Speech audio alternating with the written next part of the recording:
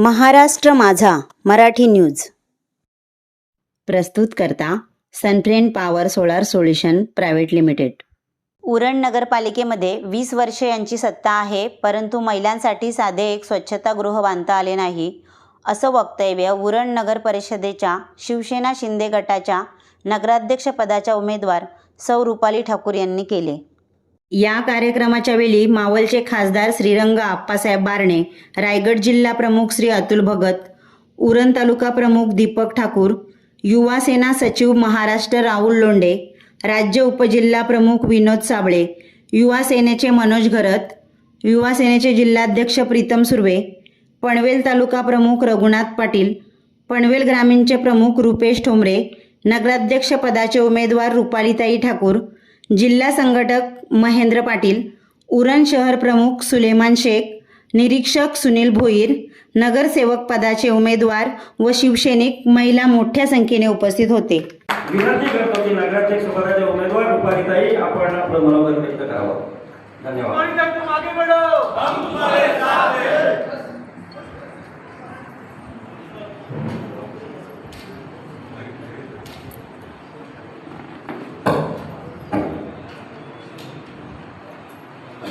हिंदवी स्वराज्याचे संस्थापक छत्रपती शिवाजी महाराज, भारतीय संविधानाचे जनक डॉक्टर बाबासाहेब आंबेडकर, हिंदू हृदय सम्राट स्वर्गीय बाळासाहेब ठाकरे, धर्मवीर आनंद दिघे साहेब यांना माझे वंदन।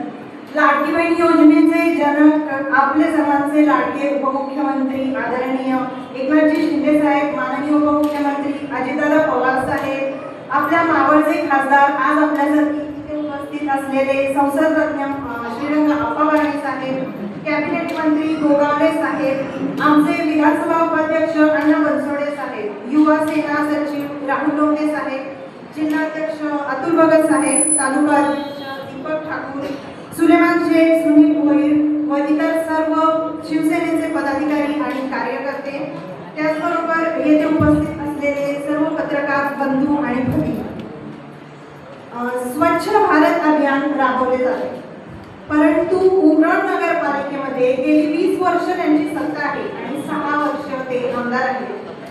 साधं तुम्हाला शहरात महिलांसाठी स्वच्छतागृह बांधता आलं नाही, जी उभारली त्याची अवस्था आपण पाहू शकता, म्हणजे असंच नाही सांगत, पुरावे आहेत, त्याची अवस्था आपण बघू शकता की त्या स्वच्छतागृहाची अवस्था काय आहे।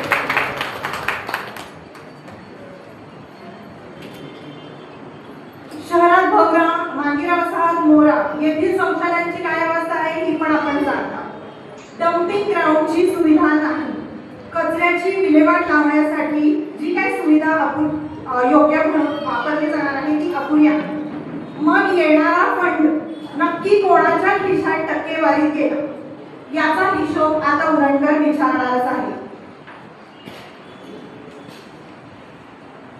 शहरात 56 कोटी खर्च करून विकास केला, आम्ही नियोजनबद्ध रस्ते, गटार आणि इतर विकास कामे केली असे बोलतात, तर गेल्या 6 वर्षात यांचं काम स्वतः पाणी तुंबल्यामुळे बसला धक्का मारावा लागतो आणि आपणच धक्का मारून बस पाण्यातून बाहेर काढायची आणि फेसबुकला टाकून फिरवतात। हे कसले आमदार? बस ढकलल्यानंतर तरी तुम्हाला समजायला हवं होतं की हा विषय आपण निकाली काढायला पाहिजे, पण जर हा विषय निकालात निघाला तर वार्षिक टेंडर मध्ये टक्केवारी कशी भेटणार याचा पण आपल्याकडे पुरावा आहे। पाण्यामध्ये बसला धक्का मारून बस बाहेर काढताय। 2017 मध्ये यांचा जो जाहीरनामा होता त्यामध्ये 12 कोटीचा निधी टाउन हॉल साठी मी आणला असं विद्यमान आमदार सांगतात, परंतु स्वतःच पॅकेज वाढवण्यासाठी 2025 मध्ये त्याची रक्कम 28 कोटीच्या वर घेतली, अजूनही इमारत पूर्ण झालेलीच नाही। अशा प्रकारे जेवढी विकासाची कामं झाली ते सांगतात आम्ही केली, म्हणजे यामध्ये उरण नगरपालिकेची इमारत असो, फुल मार्केट असो, सुरुवातीची रक्कम आणि टेंडर मध्ये फायनल असलेली रक्कम प्रत्येकामध्ये कोट्यावधी रुपयांची तफावत आहे। मोबाईलला नक्की कोणाच्या खिशात गेला हे सुद्धा उरणकर विचारणारच आहे। ही रक्कम मी नाही बोलत, यांचे वचननामे आणि जाहीरनामे बोलतात। विजेची समस्या कायमस्वरूपी निकालात काढण्यासाठी 15 कोटींचा निधी आम्ही आणला, ज्या माध्यमातून अंडरग्राउंड केबल टाकली जाईल असे आश्वासन यांनी उरणकरांना दिले। मी उरणकरांना आठवण करून देते की आपल्या आजूबाजूच्या परिसरात अंडरग्राउंड केबल टाकली गेली का हो? आणि जर टाकली गेली असेल तर मग विजेचे पोल निघाले का हो तुमच्या आजूबाजूच्या परिसरातले? जरा बघा हा एकदा घरी गेल्यावरती। मग आलेला निधी नक्की कुठे गेला? जर योग्य नियोजन झाले असेल तर विजेची समस्या जी शहरात आता सर्वांना भेडसावत आहे ती सुटली असेल। आजही वारंवार लाईट गेल्यामुळे व्यापारी वर्ग, विद्यार्थी, महिला भगिनी या सर्वांना याचा त्रास सहन करावा लागतोच आहे। आर्थिक नुकसानाला व्यापाऱ्यांना सामोरं जावं लागतंच आहे। तुम्ही जाहीर करावं की वरील विषयाचं काय झालं मग, नाहीतर उरणकर विचारणारच आहे। याचा पण आपल्याकडे प्रूफ आहे बरं का। हा यांचा जाहीरनामा 2017चा। त्यानंतर गोरी भवरा कुमारवाड्यामध्ये मोठा विषय आहे सेफ्टी झोन। जरा थांबा हा, त्याचा पण फोटो आहे आपल्याकडे। जाहीरनाम्यात मोठे सेफ्टी झोन उठवणार, भाजप सरकारच हे कार्य करणार आणि विकासाचा मार्ग मोकळा होणार असं यांनी सांगितले। मुंबईमधला सेफ्टी झोनचा विषय 3 महिन्यात सुटू शकतो, मग उरणचा का नाही सोडू शकत आम्ही असं यांनी सांगितलं। मग गेल्या 6 वर्षापासून जर सेफ्टी झोनचे काम अंतिम टप्प्यात आहे, मग अजून ते पूर्ण का झालं नाही? लोकांनी गरजेपोटी मानलेली जी घरं आहेत ती अजूनही अनधिकृत नोंदीमध्येच आहे, ज्याचा टॅक्स दुप्पट स्वरूपात उरणकरांच्या माथी मारला जातो। 2025च्या विकास कामामध्ये तुम्ही सेफ्टी झोनचा विषय परत टाकलाय। उरणकरांच्या टप्प्यात तुम्ही आहात बरं का, याचा जाब पण उरणकर विचारणारच आहे। बोरी स्मशानभूमीचा एक विषय आहे, त्यात तुम्ही गॅस शवदाहिनीची उभारणा केली असं सांगता। 2 वर्ष झाली बनवून या शवदह वाहिनीमध्ये आजपर्यंत किती शव ज्वलित झाले सांगू शकेल का कोण? काय त्यात बिघड आहे हे तरी बघितलं का यांनी? आता उरणची जनता तुम्हाला हे पण विचारणार आहे। भवरा मोरासाठी पाणी साठा करण्यासाठी जी टाकी बांधलेली आहे या वचननाम्यामध्ये यांनी टाकले, पण मांगिरा भवरा येथे जी पाण्याची टाकी आहे त्यात पाणी साठा का बरं करत नाही? मग आम्हाला फक्त त्याच्यात पावसाचंच पाणी साठताना दिसतंय अजूनपर्यंत। टाकी बांधून 15 वर्ष झाली पण अजूनही टाकी दुरावस्थेतच आहे। मग टाकीचे पैसे कोणाच्या खिशात गेले असतील बरं? याचा जाब पण उरणकर तुम्हाला आता विचारणारच आहे। जिथे ते गॅसची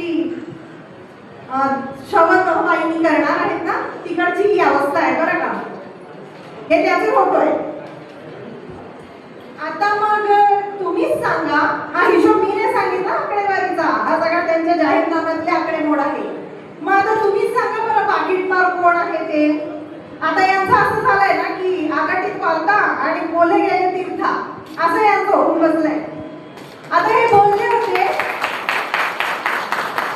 की ज्यांना आमच्या पक्षाने ओवाळून टाकलं ते आता कुत्र्याची छत्री बांधून आमच्या समोर आलेले आहेत। आता या पत्रकार परिषदेतून मी विद्यमान आमदारांना एवढंच सांगेन की साहेब, जेव्हा तुम्ही पहिली आमदारकीची निवडणूक लढवलीत ना तेव्हा माझ्या नवऱ्याला मी पण तुमच्यासाठीच ओवाळून टाकलं होतं बरं का। आणि आज तुम्ही त्यांना तुमच्या पक्षातून ओवाळून टाकलं म्हणूनच मी त्या नगराध्यक्ष पदाची उमेदवारी लढवते।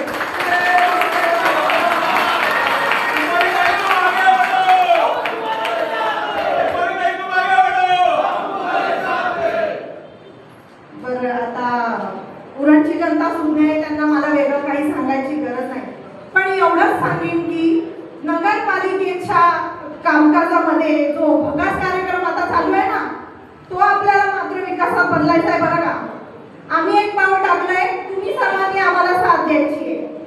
तर या उरण नगरपालिकेमधून आपल्याला कमिशन एजंटला बाहेर काढायचं आहे,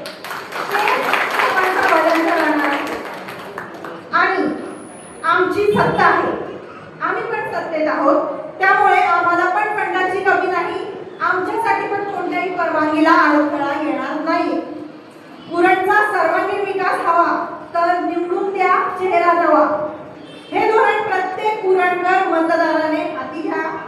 आणि मी सौ रुपाली कृष्ण ठाकूर शिवसेनेच्या नगराध्यक्ष पदाची उमेदवार आणि आमचे सर्व नगरसेवक पदाचे उमेदवार सर्वांना प्रचंड मतांनी विजयी करून द्या. धनुष्यबाणासमोरील बटन दाबून आम्हाला सर्वांना प्रचंड मतांनी विजयी करून द्या. आपली निशाणी धनुष्यबाण. जय हिंद, जय महाराष्ट्र. ह्या चॅनलला लाईक करा, सबस्क्राईब करा आणि पाहत रहा महाराष्ट्र माझा मराठी न्यूज.